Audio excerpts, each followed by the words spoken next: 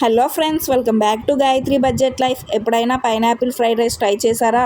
చేయకపోతే ఒక్కసారి ట్రై చేయండి ఫ్రెండ్స్. చాలా అంటే చాలా బాగుంటుంది.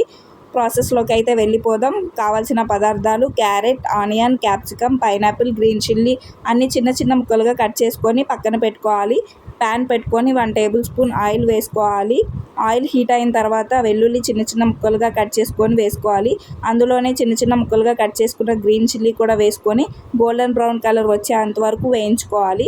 నెక్స్ట్ వచ్చేసి మనం అందులో ఉల్లిపాయ ముక్కలు, క్యారెట్, క్యాప్సికమ్ వేసుకొని 5 to 8 minutes కుక్ చేయాలి. ఎక్కువగా ఫ్రై చేయకూడదు ఫ్రెండ్స్, కొంచెం సాఫ్ట్గా కుక్ చేసుకోవాలి. నెక్స్ట్ మనం అందులో పైనాపిల్ కట్ చేసుకొని వేసుకోవాలి. అవి కూడా 2 minutes ఫ్రై చేసుకోవాలి ఫ్రెండ్స్. ఈ వెజ్జీస్ అన్నీ సాఫ్ట్గా అయిన తర్వాత అందులో మనం సాసెస్ యాడ్ చేసుకోవాలి.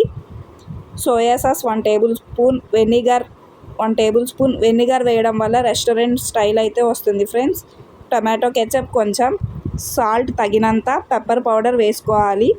సాసెస్ అన్నీ వెజ్జీస్కి పట్టేంత వరకు ఫ్రై చేసుకోవాలి ఫ్రెండ్స్.